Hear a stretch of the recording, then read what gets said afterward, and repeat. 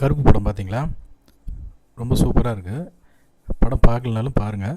கருப்பு படத்தில் என்ன நம்ம சொல்லணும் அப்படின்னா, சூர்யாவுடைய ஆக்ஷன்லாம் ரொம்ப ஜோராக இருக்குது. இந்த முறை சூர்யாவுடைய லுக்ஸு ரொம்ப வித்தியாசமாக இருக்குது. Good looking. அதாவது சரவணனாக இருந்தாலும் சரி, கருப்பு சாமியாக இருந்தாலும் சரி, அதோடைய எஃபெக்ட் நல்லா காமிச்சிருக்கு. அப்படியே ரொம்ப நாளைக்கு அப்புறம் ஒரு நல்ல ஒரு படம் பார்த்த ஃபீல் கிடைக்குது.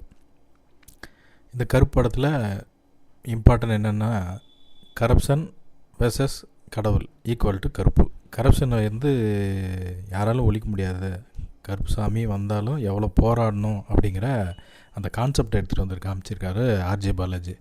இந்த படத்துக்குள்ள பாலாஜியுடைய எஃபெக்ட் எல்லாம் உண்மையாகவே ரொம்ப பிரமாதமான எஃபெக்ட்டுங்க. ஏன்னா இவ்வளோ ஒரு உண்மையாக நடக்கக்கூடிய விஷயத்த அது பப்ளிக்கில் காமிக்கிறது அப்படிங்கிறதுலாம் சாதாரணமான விஷயம் கிடையாது. இதெல்லாம் நம்ம நினைக்கிற மாதிரிலாம் கிடையாது. கோர்ட்டு, ஸ்டேஷனு இதுக்கெல்லாம் போகிறதுங்கிறதெல்லாம் நம்ம நினைக்கிற மாதிரிலாம் கிடையாது. வீட்டிலேருந்து நம்ம என்ன வேணாலும் நினச்சிக்கலாம். ஆனால் உள்ள என்ன நடக்குது அப்படிங்கிறது ரொம்ப தெளிவாக காமிச்சிருக்கு. அப்படி இதுதான் ரியல். இதுதான் எல்லா இடத்துலையும் நடக்குதுன்னு இல்லை, இப்படியும் நடக்குது. பட் இந்த இடத்துலலாம் ஃபேஸ் பண்ணுறது, இந்த இடத்துல யார் பவர், எந்த பவர் தான் ஜெயிக்குது, மணி பவர் ஜெயிக்குதா, அதுக்கு மேலே மக்கள் பவர் ஜெயிக்குதா, அதுக்கு மேலே கடவுள் பவர் ஜெயிக்குதா அப்படின்னு காமிக்கிற. அப்படி இது நேச்சரான ஒரு ரியலிஸ்டிக் ஸ்டோரி தான். இதில் பார்த்திங்கன்னா ஆர்ஜே பாலாஜியோடைய நடிப்பு, அவர் அட்வொகேட்டாக நடிக்கிறவர் அவர் சூப்பராக பண்ணுறாரு. அதே மாதிரி ஜட்ஜாக நடிக்கிறவர் பயங்கரம். ஒருத்தருடைய கேரக்டரும் எல்லாம் பண்ணியிருக்காங்க. முக்கியமான ரோல் பார்த்திங்கன்னா Suriya, RJ Balaji, advocate group plus judge, இவங்க ஒரு 4 பேர் மையப்படுத்தி ஒரு ஸ்டோரி போயிட்டுருக்கு. ஃபுல் அண்ட் ஃபுல்லு அங்கே இதில் தான் எடுக்கிறாங்க. கோர்ட்டு தான். கோர்ட்டுக்குள்ளார என்ன நடக்குது, கோர்ட்டுக்குள்ளார வந்தால் எப்படி எல்லாம் இருக்குது, எப்படி நீதி கிடைக்குது, எதன் மூலியமாக நீதி கிடைக்குது அப்படிங்கிறத காமிக்கிறாங்க.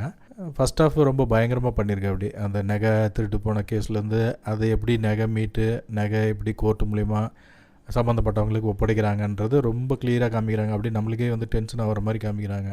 ஓடாடா இப்படியெல்லாம் நடக்குதா, ஏடா இப்படி பண்ணுறீங்க, பாவண்டா கொடுத்துருங்கடா அப்படிங்கிற மாதிரி நம்மளே பேசுகிற அளவுக்கு வச்சுருக்காங்க. அதேமாதிரி செகண்ட் ஹாஃப் பார்த்திங்கன்னா டக்குன்னு அவர் பவர் யூஸ் பண்ணுற மாதிரி, கருப்பு சாமி பவர் யூஸ் பண்ணுற மாதிரி காமிக்கிறாங்க. அந்த ஒரு ஸ்டோரி கொஞ்சம் ரொம்ப சின்னதாக க்ளோஸ் பண்ணிட்டாங்க அப்படின்ற மாதிரி நான் ஃபீல் பண்ணுறேன். அந்த எம்எல்ஏவும் அந்த ஒரு பொண்ணை அவர் மிஸ்பிஹேவ் பண்ணிட்டாருன்னு சொல்லிட்டு ஒரு கேஸ் இழுத்துட்ருக்கோம். அது ரொம்ப இதாக காமிக்கிறாங்க. பட் டக்குன்னு க்ளோஸ் பண்ணிட்டாங்க. அந்த ஸ்டோரியை செகண்ட் ஹாஃபில் இன்னும் கொஞ்சம் நல்லா எஃபெக்டிவாக அந்த சரவணன் எப்படி வாதாடி எப்படி அந்த கேஸ் ஜெயிக்கிறாரு. ஏன்னா அந்த பிபின் கேஸ் தோத்துட்டார், அந்த பொண்ணு இறந்துடுச்சு.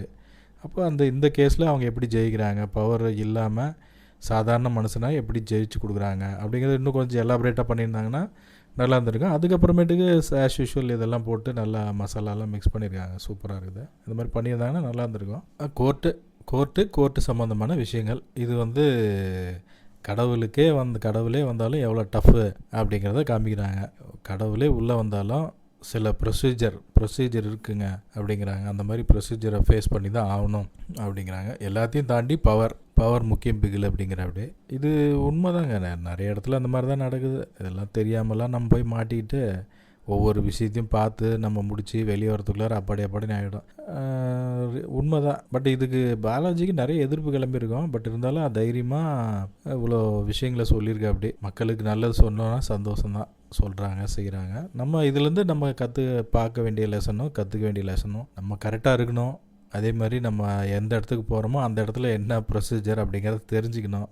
தெரியாமல் போயிட்டு நல்லது நடக்கும், சாமி வரும், கடவுள் வரும், உதவி செய்யும் அப்படிங்கிறதுலாம் அதெல்லாம் பழைய கதை. இன்றைக்கி பவர் போனோமா, வேலையை முடிச்சோமா, வெளியே போயிட்டே இருக்கணும். இருக்க பார்த்திங்கன்னா டிலே தான் ஆகிட்டுருக்கோம். இருக்க டைமு வேஸ்ட்டு, மணி வேஸ்ட்டு, எல்லாமே வேஸ்ட்டு. எல்லாருமே சிரமம் தான். அருமையான படம்.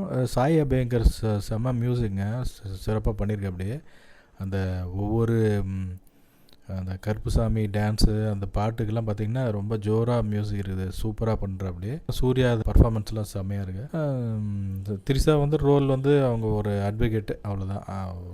அந்த மாதிரி தான் காமிக்கிறாங்க, வேறு ஒன்றும் இல்லை. கரெக்டாக அவங்கவுங்களுக்கு உண்டான ரோல் கரெக்டாக கொடுத்து எல்லாமே பண்ணியிருக்காங்க. ஆர்ஜே பாலாஜி, சூர்யா, ஜட்ஜு 3 பேர் தாங்க இம்பார்ட்டன்ட் ரோல்.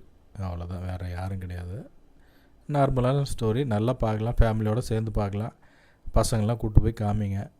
நல்ல படங்களை நம்ம வரவேற்கணும். அப்போ தான் அவங்களுக்கும் படம் செய்கிறவங்களுக்கும் ஒரு என்கரேஜ்மெண்ட்டாக இருக்கும். இந்த மாதிரி நல்ல படங்களை நிறைய பேர் செய்வாங்க.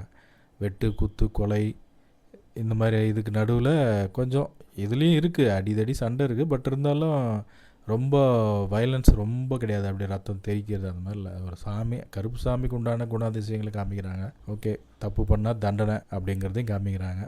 நல்ல கான்செப்ட்டு, எல்லோரும் பார்க்கலாம், ஃபேமிலியோடு பார்க்கலாம்.